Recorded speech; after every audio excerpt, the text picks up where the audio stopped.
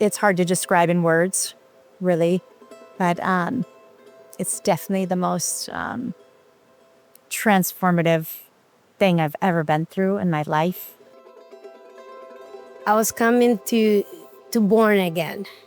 I knew I was going to be a new me. And that was exactly the transformation, the message that I received. My experience was nothing I expected, everything I needed, and it was a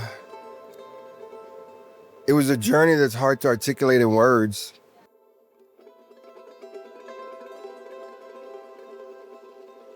The way the world is running isn't working. I don't like the way I'm experiencing life and how it feels. I know for me personally, this is what put me on this journey. I don't want to wake up every morning dreading the day. I don't want to feel miserable. I don't want to be mad at my kids and mad at my wife and mad at myself. I want to come from a place of wholeness. I just want peace.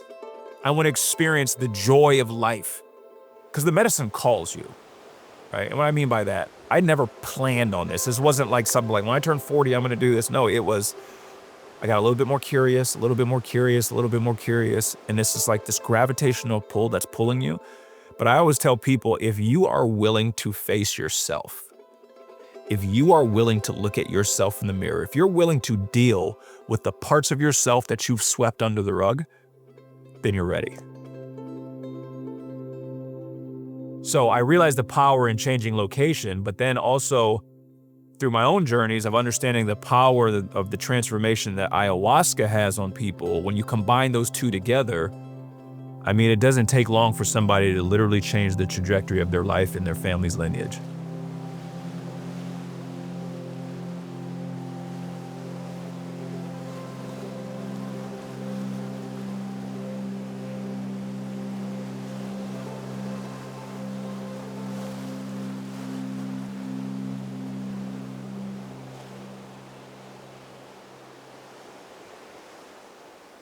You all do not realize the impact probably that you are making. You're not just healing your stuff. You're not just healing your life. There's a lot of stuff that you're carrying that came from your parents, that came from your grandparents, that came from society. So the reason why I'm saying this, your energy will be everything. Getting sleep, making sure you get to bed early, making sure that you drink enough water, making sure that you are not doing something that will drain your energy, because there is an amount of energy that has to be spent during your ceremony. For my healing journey, I started to realize inside, I know I can get to the top of a mountain. I know I can do this. I know I can accomplish this, but there's something that feels like it's holding me back, and it's unconscious, but I know it's there. It's almost invisible. So I started this journey of asking myself these questions. What's really stopping you? What are you afraid of? And through this self-reflection, self-contemplation, I went just a little bit deeper. And as you go deeper, the rabbit hole only continues to expand. And then I personally started to ask, what more is there to help me to go deeper? And this is kind of my relationship with the medicine, with ayahuasca, how it started. It was me asking, how do I go deeper into myself so I can see just a little bit more of that which I actually am? And it's kind of like when you taste a good dish at a restaurant, you want those around you to experience it. And the level of peace and understanding and the level of healing that took place in my ceremonies, I realized the outcome from that was something that everybody should have access to. And this is why I created a container. This is why I started retreats and infused plant medicine ceremonies into it to help people to get to these parts of themselves that they've forgotten. I've always felt like there's just more to life than what I've been living. There's something in me that's like there's more out there. I am here because I'm hoping to open some blockages, some things that are holding me back from my past. And I'm hoping to get answers or some guidance, at least to move forward. I'm trying to go in with no expectations. I'm incredibly not fearful. I think I really trust the two friends that I'm here with and DG. And I'm going in very open-minded with no expectations. I'm hoping to get from the ceremony where I'm supposed to be, like answers and guidance on how to get where I'm supposed to be and just the things that I need to do to get there and be there, to be my best self there too. I realized how much easier it is and how much more conducive it is for you to experience transformation when you've changed environments. A lot of times we're at home, we're in our environment, we're in that container. That creates a mental and emotional state.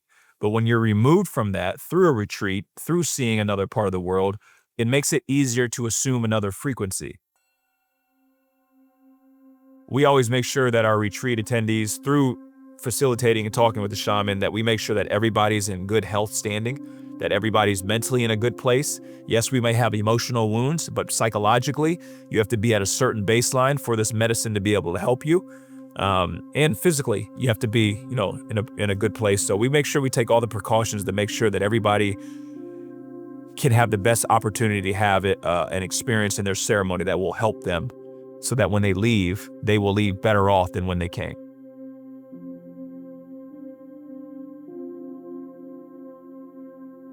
Nature is natural, right? Look at the word natural. It has the word nature in it. We have all of our ceremonies in the Mayan jungle.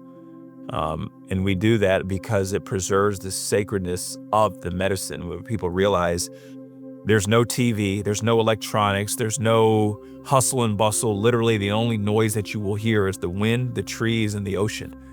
So being able to experience this, it gets us back to our purity, not just in the environment, but us individually as well. It allows us during the ceremony to get back to the simplicity of our life, of that which we actually are. Before the cell phones, the hustle and bustle, I have to do this, trying to make money, all of these paradigms, it allows you to ground yourself so much easier. I look at it like birth, to be honest. It's like I can prepare and do everything. And yes, I have prepared. It's like there's a diet, and I'm kind of purifying along the way. But really, if there's anything my past ceremony has taught me and what I will bring into tomorrow, it's to allow, right? Just like birth, allow the waves to come. Trust my body. Trust the shaman, who is incredible, and to trust DG. And I know I'm in good hands. So really, I just, as much as I can, just bring myself in this place of allowing and letting myself kind of ride the waves of it and helping me see what I can't see. Let's think of it like this, okay? You've been journaling, you've been meditating, you do breath work, you go to yoga, you're doing all of these self-development and self-help modalities. But by doing these modalities through meditation, breath work, etc., you're using a garden shovel to dig 10 feet down. It's not that you can't get 10 feet down with a garden shovel. You absolutely can. But ayahuasca is the equivalent of using a bulldozer or a backhoe to get down 10 feet. In one swipe, you get down 10 feet. It may take you years with a garden shovel to dig 10 feet. But ayahuasca, the reason why it's so powerful is because in one ceremony, you can get to the depth that would take years of therapy, years of working on yourself. I just know I have come here in this lifetime to heal a lot of ancestral stuff. It's not all mine. And I can't find it all by myself. I've been, as DG says, using my little shovel, and I'm ready for the excavator. Heal some visibility wounds and just get to the root, the actual root of it all.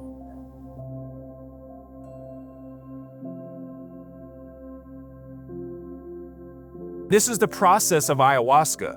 It should be, I use this to get a little deeper, take this information, integrate it. I feel like I'm that person now fully, go back, get a little deeper, but then also too, still doing those same things with the garden shovel, still doing your meditation, still doing your breath work, still doing your journaling every day. And now you're using ayahuasca as a tool. That's all it was when I start to see the spiritual community start to glamorize and turn ayahuasca into this this exclusive thing that is going to fix all problems, it ain't gonna fix nothing.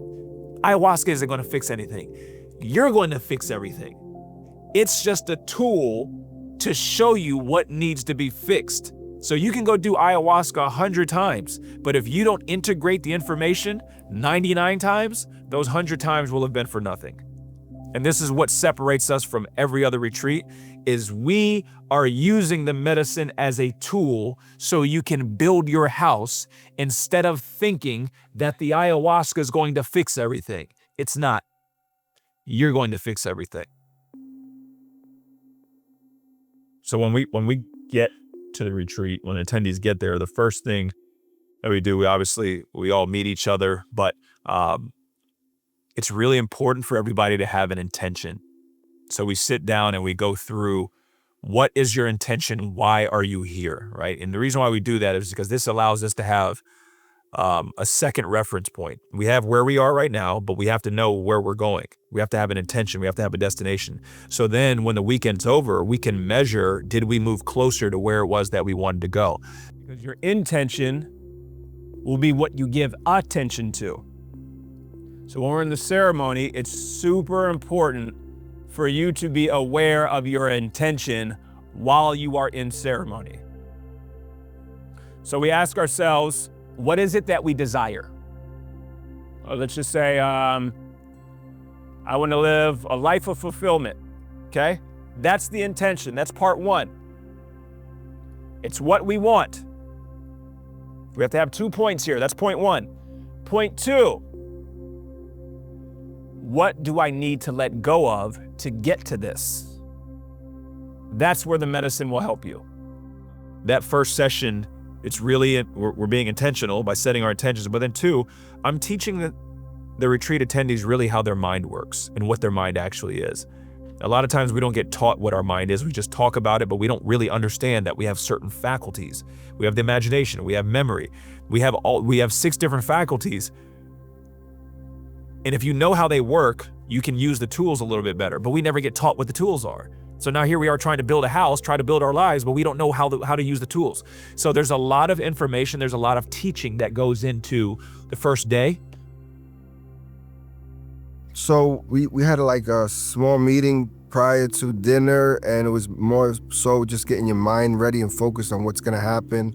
The venue from beginning to start to finish, where you're gonna be at, what's your intention. So it's pretty much open forum, and yeah, I'm just going into it heart open, eyes open, and see what let's see what's on the other side.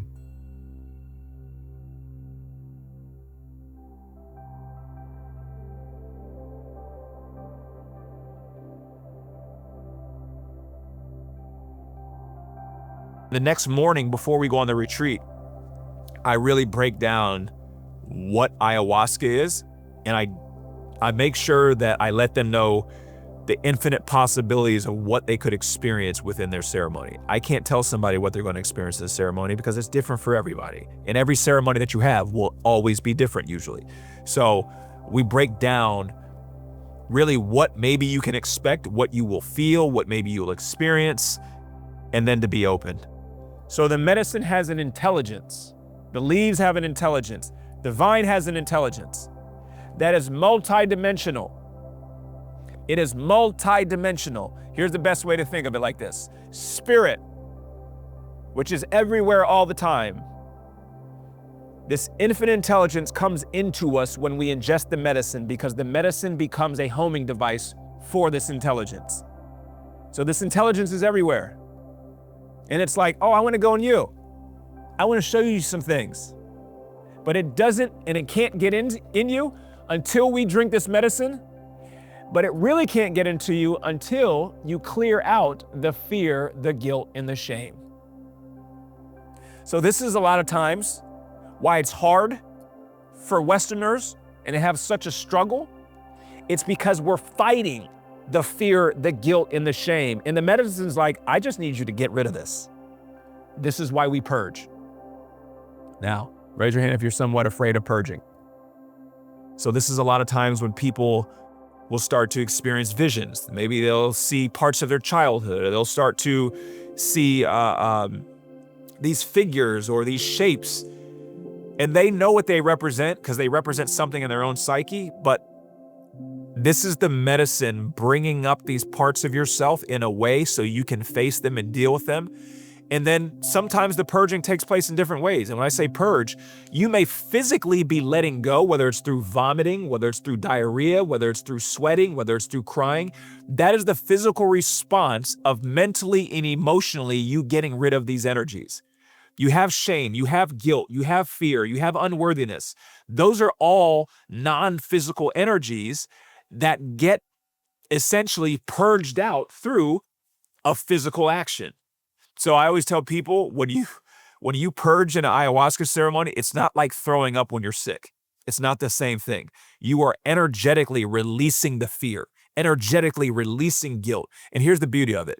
Once the medicine is out, that means you will have cleared enough of the fear, the trauma, the guilt for this multi-dimensional intelligence that's only love. It is only peace, for it to enter into your body, into your psyche.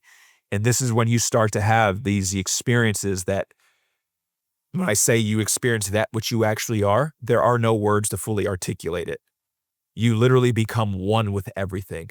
You become one with yourself. There's no more separation between you and the version of you 10 years out. There's no more separation between you and your enemy. You start to see yourself and see everything as an extension of you.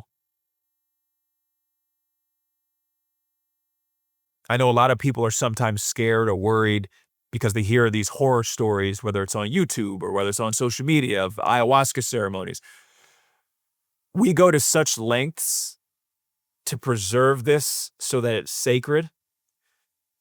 Everybody there is like our children, and we would never allow anything to happen to our children on our watch. So the horror stories that maybe people hear, we also don't hear the other things that play into that, because everything is just cause and effect. And a lot of times, people will either get involved with the wrong shaman, they'll go on a retreat, and the container has not been conducive to feeling safe and protected. And that's the complete antithesis of what our retreats are. I never have felt so safe. It was being in these communities, like I knew I was coming with family, and I have that support that I saw DG anytime I open my eyes to, like, he's there, he's protecting us. And the same with Jesus, and I just feel safe. Well, I'll tell you, my ego is running wild, or at least it has. You know, I signed up 3 months ago, and it was always that thing in the future.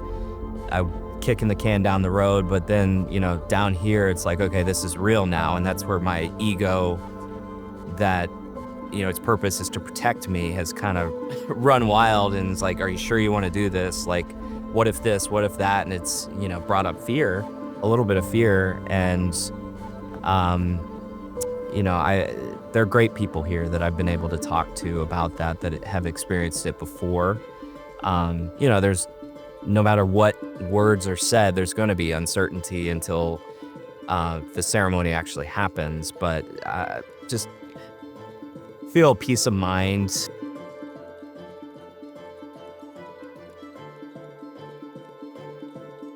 We do a really good job of creating a container so people can feel protected and they can feel safe.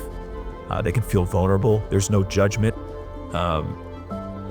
We're here to help in any way that we can so that everyone can be who they are, because ultimately that's what this retreat is about. It's about you getting back to what you actually are and shedding all the things that you're not.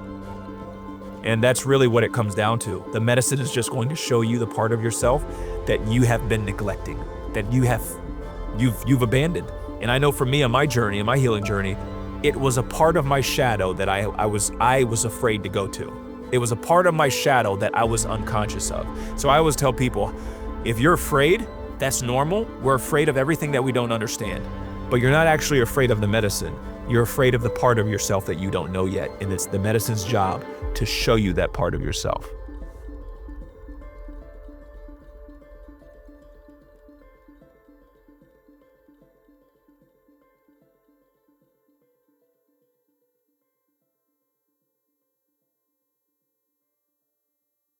I'd say the number one factor that keeps people from taking that next step in using ayahuasca as a modality to heal, it's a lack of understanding.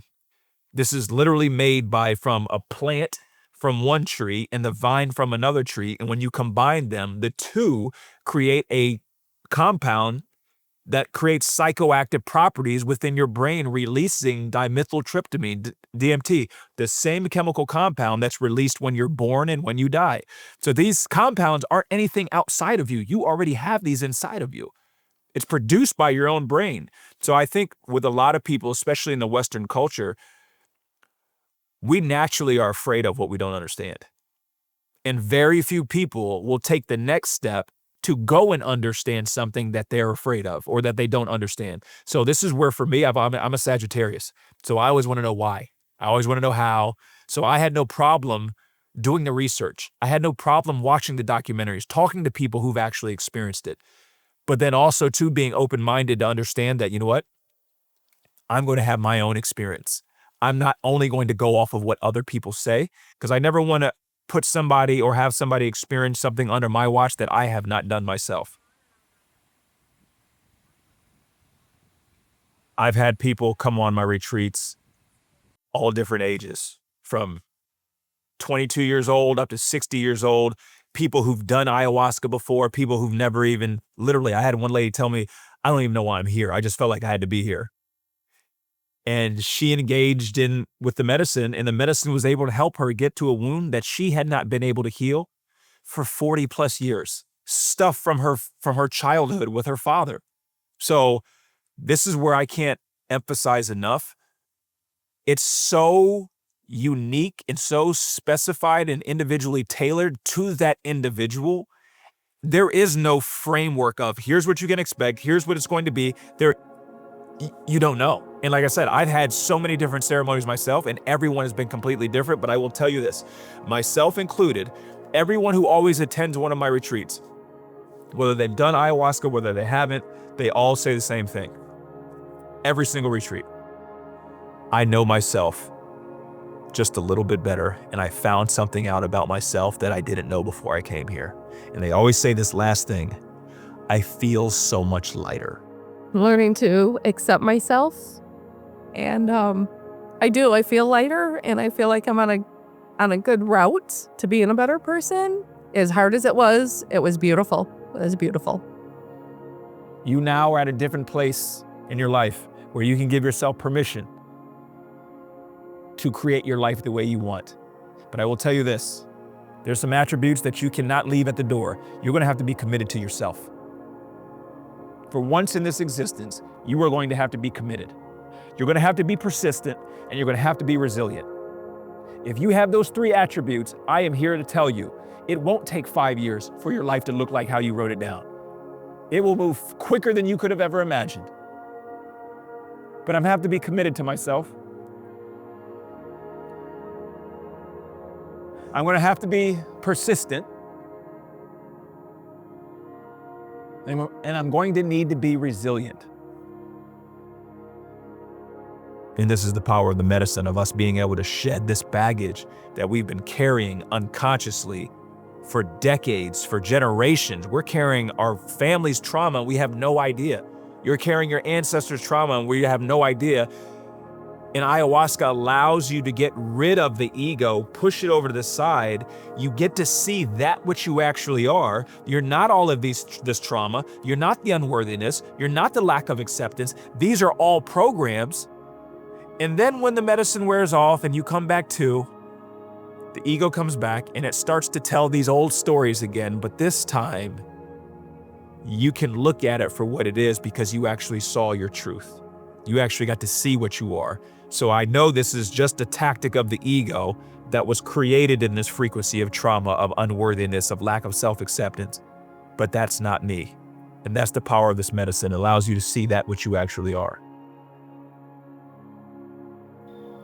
everything that I just told you, all of these attributes of the divine, this is what you came into the world with. You didn't need to do anything or have anything. This is your divine nature, meaning it was your default programming. The beauty of it too is knowing that I was in the jungle and with Mother Nature, and having Mother Aya work in that way with me was so special. The land felt sacred. Jesus is an incredible shaman. DG holds space. Like, it's hard to put into words, but I felt safe. I felt safe, loved, nurtured, cared for. There were waves of a time where it felt hard or, intense, I'll say. And just to be able to open my eyes and see, the other retreat members and to see DG and to see Jesus and to be in that environment, I felt like I was held. I had shared about it feeling like a birth, and that's what it ultimately was. It was a birth of myself, and I felt really cared for, and it's life-changing.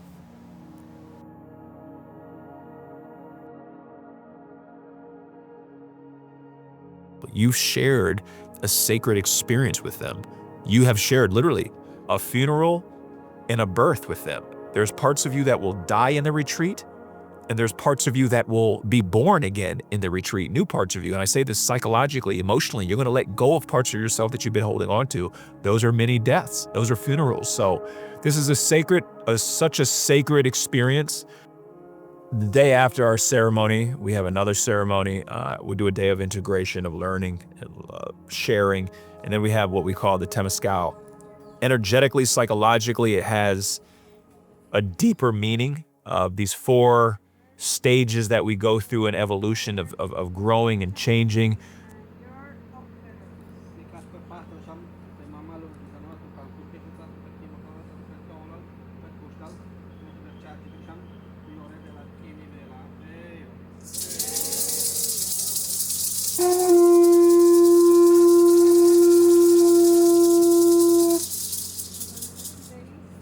Place for love, unconditional love, a new beginning.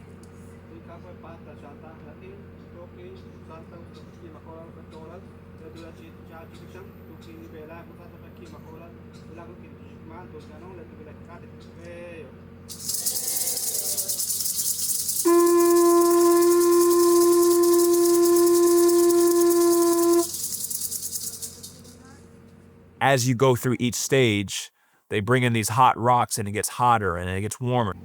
And through this, Mary Louisa is here to help us to push through this discomfort, through asking us to sing and asking us to share and asking us to do things that, quite frankly, normally it scares us, but this is another stage of the integration.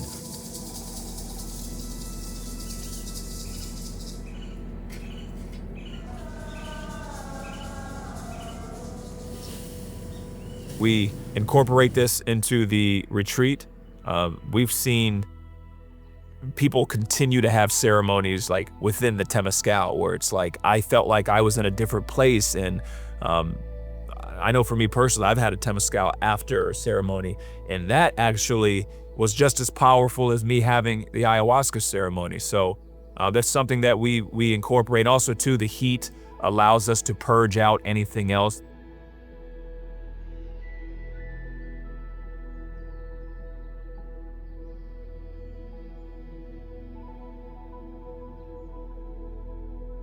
Probably a big misconception, and people think that they have the ceremony when they're here at the retreat and then they go back home and everything's going to be hunky-dory. That's not the way it works usually. You have your ceremony in the jungle, but then you will continue to have quote-unquote ceremonies when you get home. And here's what I mean by ceremonies. The medicine pulls up out of you what you were unaware of.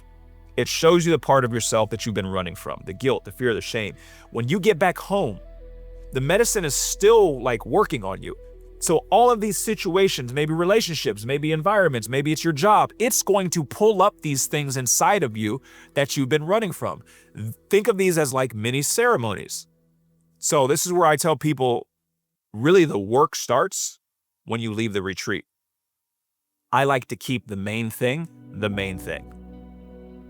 We're not going to go and do ayahuasca and then, oh, let me just go live on the side of a mountain and just sit and meditate all day and dismiss my life responsibilities and just follow my own dreams and do. No, we still have lives that we have to live in this three-dimensional reality. I still have a wife, I still have kids, I still have all these responsibilities. I want to learn how to take this information and then integrate it into my everyday life. I want to learn how to take all of this healing and make my container, my everyday life in the jungle, how to make that better. And this is what separates me from every other retreat, I believe. I'm not going to teach you how to run away from everything. I'm going to teach you how to take it and then stay where you're at and change the container through you changing yourself. So we're not going to run away from our problems. We're not going to run away from our home life. We're going to figure out a way to master ourselves so then everything around us has to change. We're actually giving you tools. We're actually showing you how to take this information, how to take this healing that you have experienced and then integrate it into your life so when you go back to your environment, you don't sink back into what you were. You come as the new version of you. What good is it if you get all of this training and then you go back into the game and you don't know how to apply it in your game? You will have just trained for nothing.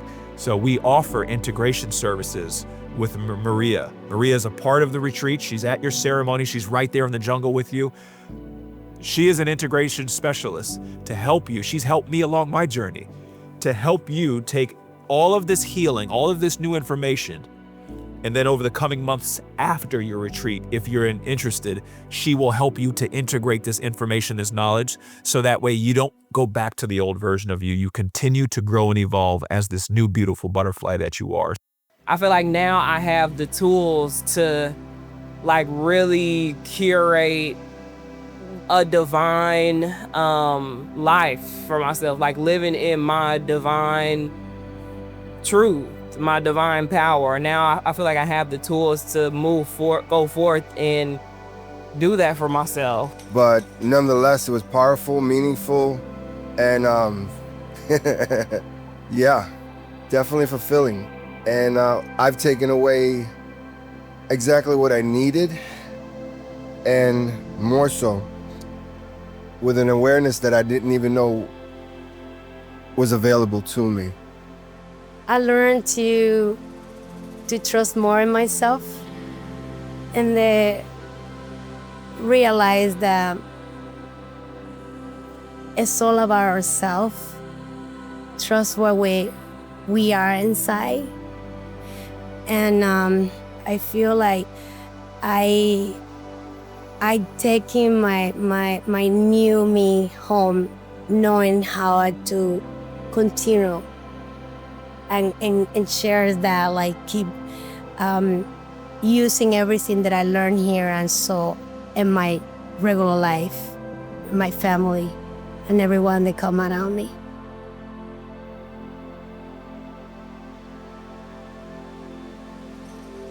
So my goal is, big picture, is to create healed leaders. So when they go back into their environments, they then will project and reflect their healing coming from a place of love, of peace, of kindness, of joy, of wholeness into their family, into their communities.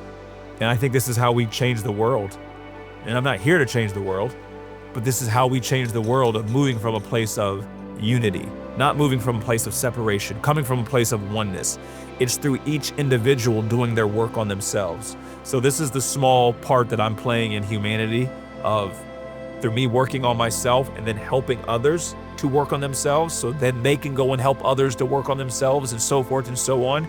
Eventually here in, I don't know, maybe a couple hundred years, the world will look completely different, because people have such high levels of self-awareness that they don't view and judge somebody based off of their race. They don't view or judge somebody based off their religion or what country they're from. They see them as souls. They see them as an extension of all that is, and that we all come from the same thing. So I think that's probably the bigger vision. Whether or not I'll get to live that out and see that in this life, probably not. But my goal is to continue to grow and heal and help myself so I can help my family, help my children, and really be a light for everybody else in the world, and then teach others how to be a light in their own world.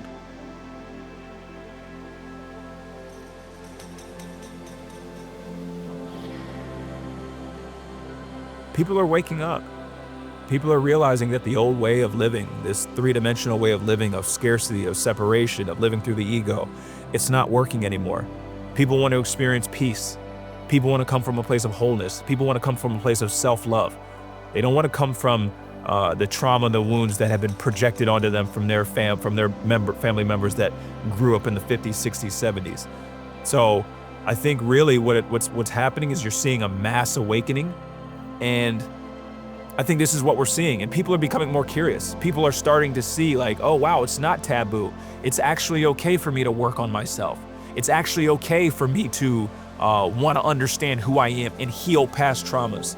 And I think people are becoming more courageous because we're starting to realize that mental health is super important. Our emotional well-being is something that we should value more. So being able to have these conversations, one, and then two, taking the next step of taking action and participating in plant medicine ceremonies, so we can actually touch parts of us that ordinarily we wouldn't be able to touch. I think this is why we're seeing so many people now starting to become more curious about ayahuasca. So I know for me personally, I'm a pretty simple guy. I like to make things simple. I don't like to make things difficult or more challenging than what they have to be. And I think what separates me from everybody else, whether it's my podcast, whether it's social media, whether it's my retreats, is making this healing practice simple. So you can go back home and integrate and apply and become who you actually were in that ceremony. And the two won't become they're not separate, they will become one.